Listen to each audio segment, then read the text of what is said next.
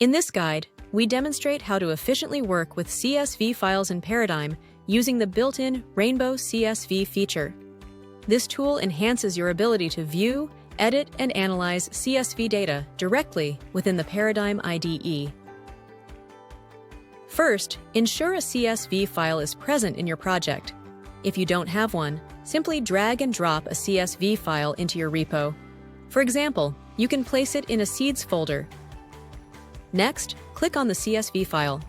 Make sure the Rainbow CSV feature is activated. By default, Rainbow CSV will color coordinate all your columns, enhancing the readability of your data.